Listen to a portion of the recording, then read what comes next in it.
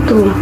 Perkenalkan, nama saya Sylvia, mahasiswi UIN Wali Songo Semarang, Prodi Pendidikan Islam Anak Usia Dini, kelas PIAUD 5A, dengan nomor induk mahasiswa 1903106003. Jadi, alasan saya memilih jurusan PIAUD atau jurusan PAUD karena saya tertarik dengan bidang pendidikan yang berkaitan dengan anak usia dini. Selain itu, cita-cita saya sejak kecil adalah menjadi guru. Sehingga ketika saya daftar PMDK, alhamdulillah saya keterima untuk jurusan PIAUD di UIN Wali Songo Semarang. Dan saya yakin insya Allah saya akan sukses dan membanggakan kedua orang tua saya yang senantiasa mendukung saya dari awal sampai sekarang ini di semester 5. Selanjutnya adalah sudut pandang tentang hakikat fisik motorik. Dari beberapa referensi yang saya baca, dapat disimpulkan bahwa perkembangan fisik adalah perkembangan yang berkaitan dengan fisik atau jasad manusia yang dapat dilihat oleh mata kita. Contohnya, bertambahnya berat badan, bertambahnya tinggi badan, sehingga berubah bentuk badan kita.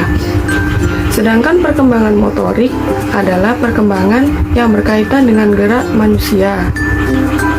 Contoh dari perkembangan motorik adalah anak kecil yang awalnya belum bisa tengkurap, belajar untuk tengkurap dibantu orang tua. Kemudian tahap selanjutnya ia sudah bisa tengkurap sendiri. Setelah tahap tengkurap, anak belajar untuk mulai merangkak yang awalnya masih dibantu, kemudian dapat merangkak sendiri. Dan lanjut ke tahap selanjutnya yaitu tahap berjalan yang awalnya dibantu oleh orang tua, dibantu oleh alat bantu. Kemudian lama-kelamaan bertahap akan dapat berjalan tanpa bantuan alat bantu dan juga tanpa bantuan dari orang tua.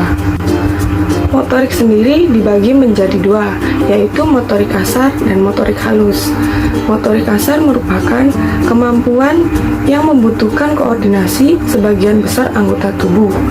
Sedangkan motorik halus merupakan kemampuan yang berkaitan dengan keterampilan fisik yang melibatkan otot kecil serta koordinasi mata dan juga tangan. Contoh dari motorik kasar adalah berjalan, berlari, melompat, memanjat, dan masih banyak lagi. Sedangkan contoh dari motorik halus adalah menggambar, menulis, dan masih banyak lagi.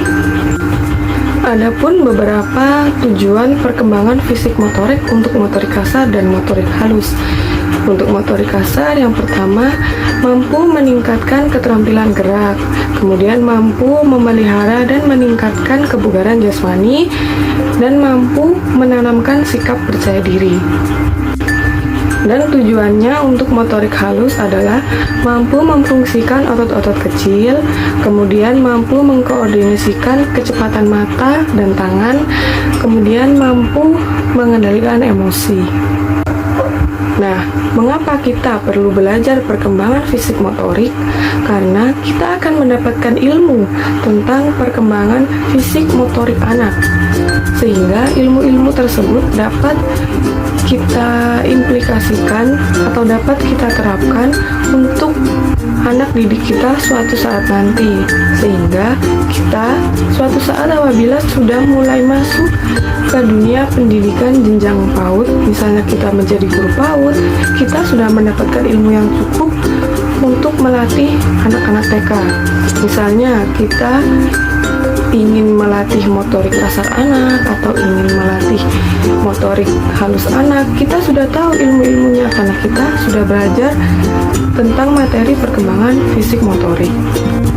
Sehingga perkembangan fisik motorik ini penting sekali untuk kita pelajari. Nah, itu tadi video dari saya. Apabila ada salah kata maupun perbuatan, saya pribadi mohon maaf yang sebesar-besarnya. Akhirul kalam, wassalamualaikum warahmatullahi wabarakatuh.